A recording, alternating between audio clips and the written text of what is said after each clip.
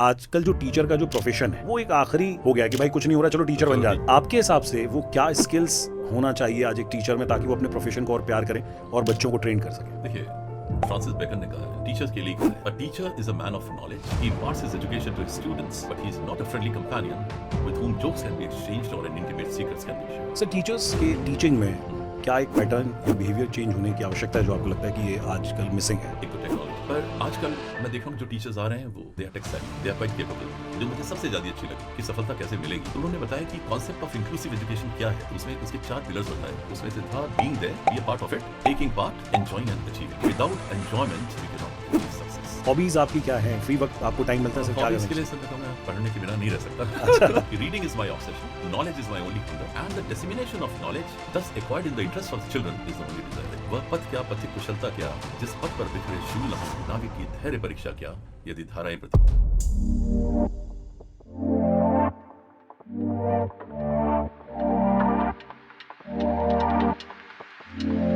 Welcome back, आप सबका स्वागत है। आप देख रहे हैं एनएफए डिजिटल और मेरा नाम है आरजे पुनीत का पॉडकास्ट लेकर हाजिर हूं। और इस सीरीज़ में हम आपको हमारे एजुकेशन सेक्टर के प्रिंसिपल, डायरेक्टर, ऐसी शख्सियत से मुलाकात करा रहे हैं जिनकी जर्नी से आप और हम सबको बहुत कुछ सीखने के लिए मिल रहा है। आज एक ऐसी पर्सनालिटी जिनकी आवाज़ में तो दम है, साथ ही साथ उनका तकरीबन 40 ईयर का करियर और बहुत शानदार जर्नी एजुकेशन को लेकर तमाम टीचर्स को ट्रेनिंग्स दी हैं। और लखनऊ से बेंगलोर तक का ये सफ़र कितना सुहाना था, ये यात्रा कितनी ज़बरदस्त थी, वो आज हम बातचीत करने वाले हैं। सो आज हमारे स्टूडियो के गेस्ट हैं डॉक्टर आर्यन तिवारी सर, जो कि एकेडमिक डायरेक्टर हैं एंडेवर एकेडमी बेंगलोर से। सर, आपका वेलकम है एनएफए डिजिटल पर। Thank you very much sir. First of all sir, हम लोगों को हमेशा कॉम्प्लीमेंट मिलता है आवाज़ के लिए, लेकिन आपकी आवाज़ इतनी भारी भरकम है, उसका राज क्या है? Nothing, sir. It's all natural, nothing new. Wonderful. अच्छा सर, लखनऊ, जैसा कि मैंने आपके बारे में देखा है, पढ़ा है, फैमिली, बहुत सारे रिश्तेदार सब यहाँ रहते हैं, राइट? तो लखनऊ से बेंगलोर तक का ये सफ़र कैसा रहा और क्या अप एंड डाउन्स थे, वो शेयर करें। सफ़र ऐसा रहा कि मेरे डैडी आर्मी ऑफिसर थे। अच्छा। कैप्टन इन आर्मी जी। और उनकी पोस्टिंग हर जगह होती थी, ज़्यादातर वो लखनऊ में रहे। ओके। तो हमारी शिक्षा भी यहीं हुई। यहीं पे हम सेंट पॉल्स कॉन्वेंट स्कूल में पढ़ते थे, फिर जय नारायण इंटर कॉलेज में पढ़े, फिर लखनऊ यूनिवर्सिटी में पढ़े जी। तो यहीं से शिक्षा ली। ओके। लेकिन बाद में सिलेक्शन केंद्रीय विद्यालय संगठन में हुआ। अच्छा। तो फिर वो पोस्टिंग वहाँ पे ऑल इंडिया सर्विसेज है, तो पोस्टिंग कहीं भी मिलती है ऑल इंडिया सर्विस में, राइट। तो मेरी पहली पोस्टिंग तो झांसी हुई थी, फिर उसके बाद जगह बदलती गई, जगह जगह काम किया जी। और पूरा काम करने के बाद, सब जगह देखने के बाद, एक तजुर्बा लेने के बाद फिर मैं शिफ्ट हुआ बैंगलोर। अच्छा। क्योंकि मेरे दोनों बच्चे बैंगलोर में ही सेटल हैं। हाँ हाँ। दोनों इंजीनियर्स हैं। अरे वाह। और सो मैंने सोचा कि रिटायरमेंट के बाद क्यों ना बच्चों के साथ ही रहूं। अरे वाह। तो मतलब अभी कोई विचार नहीं है वापस लखनऊ शिफ्ट होने का? नहीं, लखनऊ हमारा होम टाउन है। यहाँ पे भी हैं, पेरेंट्स थे तो जाते थे लगातार। अब पेरेंट्स नहीं रहे तो थोड़ा आना जाना कम हुआ है। बढ़िया सर। तो हम आपसे सबसे पहले तो सर, जिस तरीके से मैं आपकी प्रोफाइल देख रहा था, पढ़ रहा था आपके बारे में, आपने एमएससी, बीएससी, फिर एमए, बीएससी जी, एमए इन इंग्लिश, फिर आपने MA English literature, MPhil in English, बिल्कुल पीएचडी वगैरह सारी चीजें करी। Then PG diploma in TESOL, TEFL and then MBA HRM. और अभी भी आप कोई पढ़ाई कर रहे हैं? अभी एडमिशन लिया है एमए साइकोलॉजी में। ओके। सो हालांकि मैं आपसे उम्र तो पूछ ही सकता हूँ सर। जी हाँ, it is 67 running. 67? Yeah, on 26 May, I'll be completing 67 and it will start 68. और आज भी वो पढ़ने का जुनून, वो जज्बा बरकरार है। क्या बात है सर, वंडरफुल। आज के जो यंगस्टर्स हैं, यूथ हैं, जो देख रहे हैं हमें, वो जहाँ थोड़ी बहुत पढ़ाई करके घबरा जाते हैं, लेकिन आप इतनी सारी पढ़ाई, इसके पीछे क्या एक इंस्पिरेशन रही है पढ़ने के पीछे, वो आप बताएं।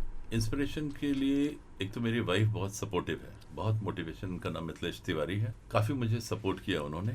और एक डॉक्टर अनिल गुप्ता थे जो अनफॉर्चुनेटली अब नहीं रहे, वो हमारे एजुकेशन ऑफिसर हुआ करते थे। उन्होंने करीब 25-26 किताबें लिखी हैं वैल्यू एजुकेशन पे। वो एक बार हमारे स्कूल में आए और इंस्पेक्शन के लिए, उनसे बातचीत हुई। वो काफ़ी काफ़ी शिक्षा लिया उन्होंने, काफ़ी शिक्षित थे जी। तो मैंने उससे पूछा कि सर आज इतना आपने कैसे किया, इतना लंबा सफ़र आसान नहीं था। तो उन्होंने एक दो पंक्तियां मुझे कही, वो मुझे आज भी याद हैं, जी। आपके सामने जरूर प्रस्तुत बिल्कुल करूंगा। सर, इरशाद। उन्होंने कहा कि कुछ कर गुजरने के लिए, कुछ कर गुजरने के लिए मौसम नहीं मन चाहिए। क्या तो बात यही मेरी लाइफ का फंडा रहा और मैं क्या लगातार करता चला। वो कहते हैं सर, ज्ञान ही आपको आपका हक दिलाता जी है। हाँ, बिल्कुल तो जिस बिल्कुल। तरीके से आप ज्ञान के क्षेत्र में बढ़ रहे हैं, ये बहुत काबिल और वो तारीफ चीज़ है। मुझे हर वक्त मोटिवेट करती रही कि मुझे आगे कुछ करना है, बेहतर करना है। जी इसलिए जी मैं 15 साल पीजीटी रहा, फिर प्रिंसिपल रहा, 4 साल प्रोफेसर रहा बीएनएम जी। इंस्टीट्यूट ऑफ टेक्नोलॉजी बनशंकरी में, और बहुत कुछ सीखा इस दौरान। क्योंकि दूरी ज़्यादा थी मेरे घर से, तो फिर मैं स्विच ओवर हो गया एंडेवर एकेडमी बैंगलोर में, जहाँ पे मैनेजमेंट बहुत अच्छा है, बहुत ज़्यादा सपोर्टिव है। स्कूल की प्रिंसिपल मिस कनमनी कविता हैं, मिस कनमनी कविता के, और स्वर्णा लक्ष्मी वहाँ की हेडमिस्ट्रेस हैं। तो हम एक एज अ टीम काम करते हैं, वंडरफुल। और स्कूल काफ़ी बुलंदी पे जा रहा है, अच्छा सर, कर रहा है। आज की हम देख रहे हैं कि UP board, MP board, state boards हैं, सीबीएसई है, आईसीएसई है। सो आप क्या डिफरेंस देखते हैं इस पढ़ाई में? मैं देखता हूँ कि सबसे बड़ा बोर्ड जो है सीबीएसई है। सीबीएसई सबसे बड़ा बोर्ड है। करीब 17,000 से ज़्यादा स्कूल हैं आज की डेट में, all over India, pan India. और जो कॉम्पिटिटिव एग्जाम्स हैं, जैसे नीट है, जेईई है, तो सीबीएसई का जो सिलेबस उससे मैपिंग कर रखी है उन्होंने। ओके। तो जो बच्चे सीबीएसई में पढ़ते हैं उनके लिए सिलेक्शन प्रोसेस भी इजी होता है। और बच्चे क्या करते हैं कि एनसीईआरटी बुक्स यूज करते हैं। ओके। और एनसीईआरटी बुक्स काफी स्टैंडर्ड हैं, जो हम जी। सभी जानते हैं। बिल्कुल। इवन बच्चा जब आईएएस के लिए प्रिपेयर करता है तो वो भी एनसीईआरटी बुक्स ही पढ़ता है। राइट। तो सीबीएसई का सिलेबस बहुत अच्छा है, बोर्ड सबसे बड़ा है, इस्टेब्लिश बोर्ड है, उनकी जो वर्क एथिक्स है बिल्कुल स्पेशल है। तो इसलिए ज्यादातर लोग जो है वो सीबीएसई पे ही फेथ रखते हैं। ओके। एंड सर, मैंने जैसा कि आप सीबीएसई के जो टीचर्स हैं उनको भी ट्रेनिंग और उनके लिए भी वर्कशॉप वगैरह आप करते हैं। जी हाँ।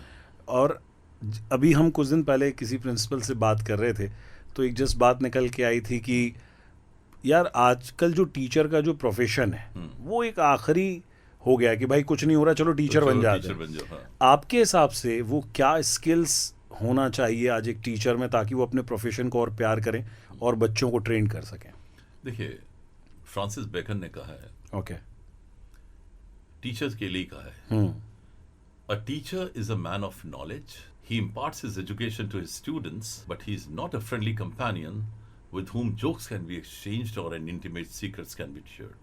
Today's teachers are impact teachers.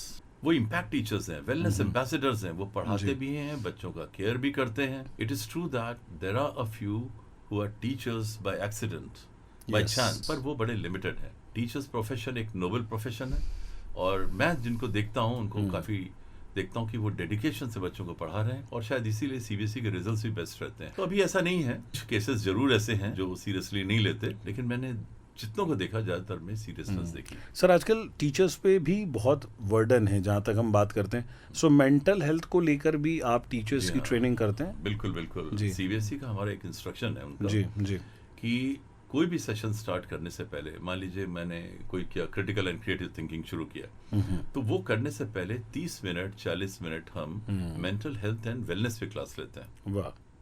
ताकि अगर आदमी मेंटली फिट है, अलर्ट है, तो अपनी ड्यूटी को बहुत अच्छे से निभा पाएगा। तो हमें निर्देश है, पूरे इंस्ट्रक्शंस हैं, पहले आप 30 से 40 मिनट आप मेंटल हेल्थ एंड वेलनेस पे काम करिए। क्योंकि मैं CBSE centre of excellence Bangalore का हिस्सा हूँ, वहीं पे मैं रिसोर्स पर्सन हूँ, और वही लोग मुझे डिप्यूट करते हैं कि मैं डिफरेंट स्कूल्स में जाता हूँ और टीचर्स को ट्रेन करता हूँ। जहाँ भी जाता हूँ तो वो वहाँ पे मुझे करीब स्ट्रेंथ जो है 60 से 65 की मिलती है।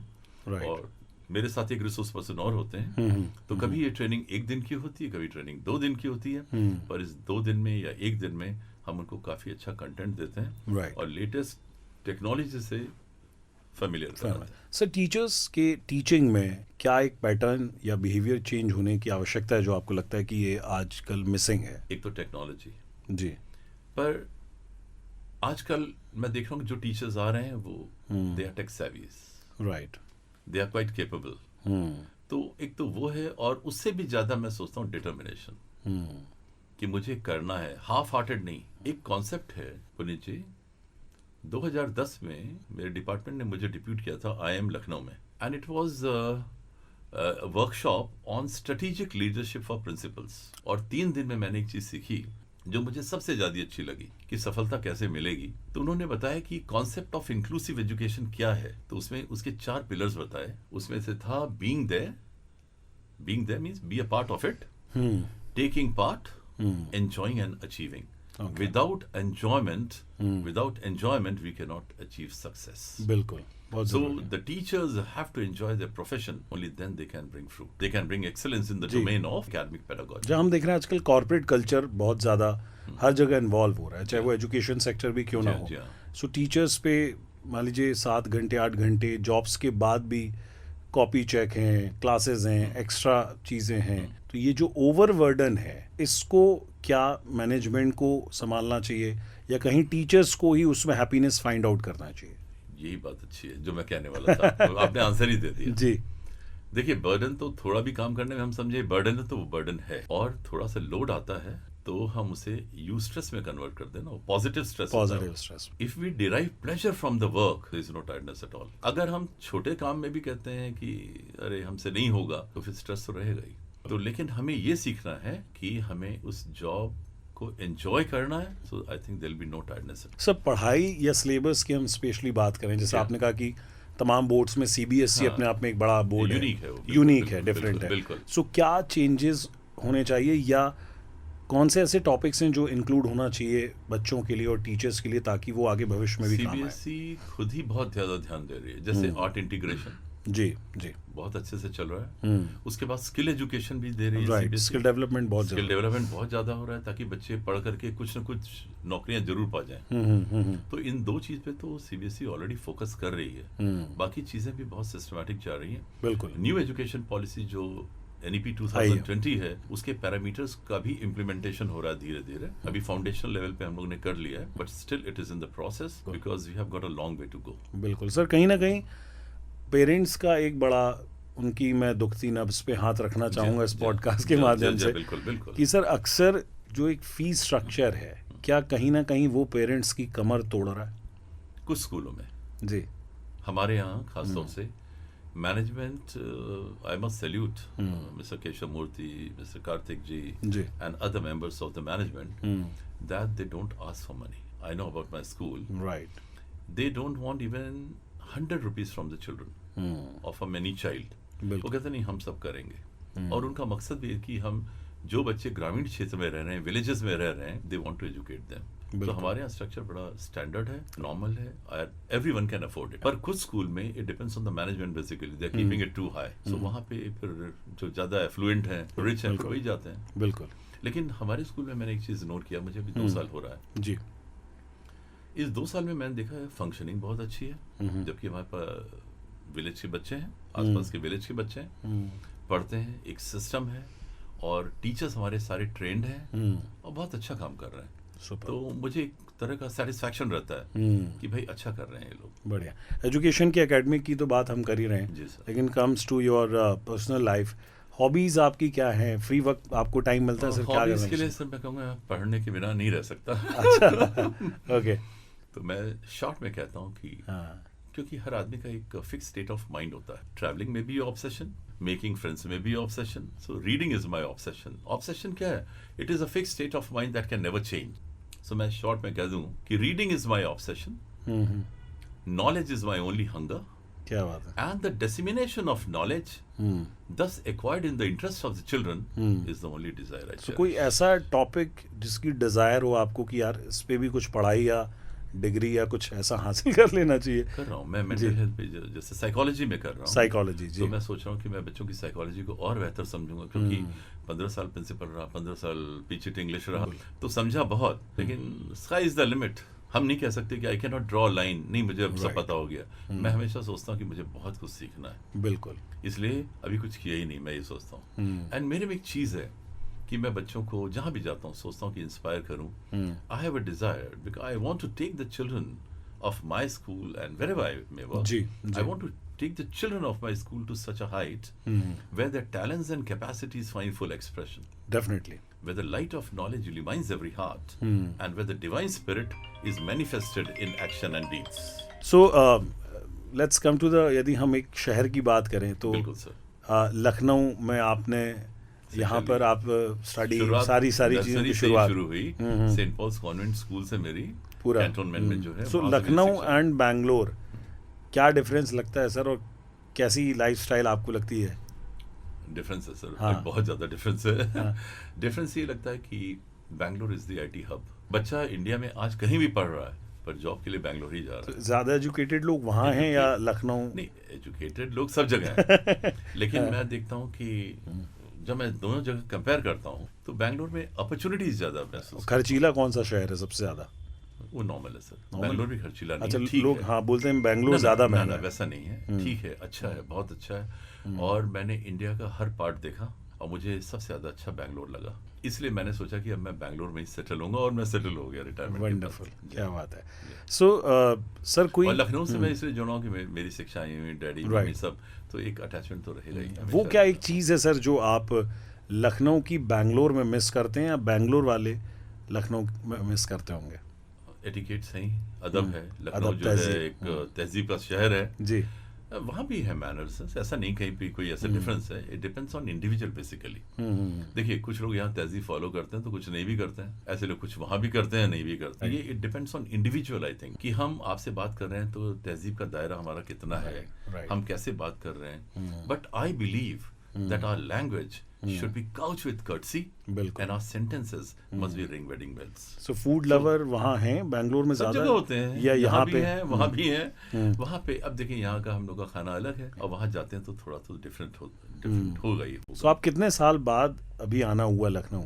नहीं, मैं तो साल 2 साल में आना ही होता है। ओके, बहुत फ्रीक्वेंटली आता हूँ, आते रहते हैं। पिछले 1 साल छोड़ के उसके पहले भी आया था और अभी फिर आऊँगा, अभी आना ही रहेगा। सर आज के एरा में जैसे हम देख रहे हैं कि आपकी काफ़ी स्टडी है, बहुत सारे आपने पढ़ाई की हुई है, सोशल मीडिया आपके लिए कितना यूज़र फ्रेंडली है या बहुत है कहीं सर, ना कहीं? बहुत है, बहुत अच्छा है।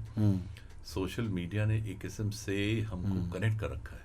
मैं तो इसका फैन हूँ सोशल मीडिया का लेकिन मैं सोचता हूँ कि जब बच्चों के हाथ में मोबाइल जाता है और हम कभी काम देते हैं जिसे फ्लिप क्लासरूम कॉन्सेप्ट कहते हैं, हम कहते हैं कि बेटा हम कल ये पढ़ाएंगे, I am going to teach you this particular topic and you just go through, run your eyes and then come with some basic ideas. तो हम उस कॉन्सेप्ट को कहते हैं फ्लिप क्लासरूम कॉन्सेप्ट। तो जब हम नेक्स्ट डे पढ़ाते हैं तो वो आसान हो जाता है बच्चे को समझना। कहते हैं कि reading without assimilation is मियर abortion. अगर बच्चे ने पढ़ा और एसिमुलेट नहीं किया तो बेकार हो गया। बिल्कुल। तो हम उसको इन्वॉल्व करते हैं, वो भी तो कॉन्सेप्ट इंक्लूसिव एजुकेशन का ही है। तो जब हम ये टास्क देते हैं कि you have to refer certain things from internet, तो वहाँ पे वो चीज़ हम पेरेंट्स को भी बताते हैं कि the child should refer things in front of you, not on his own.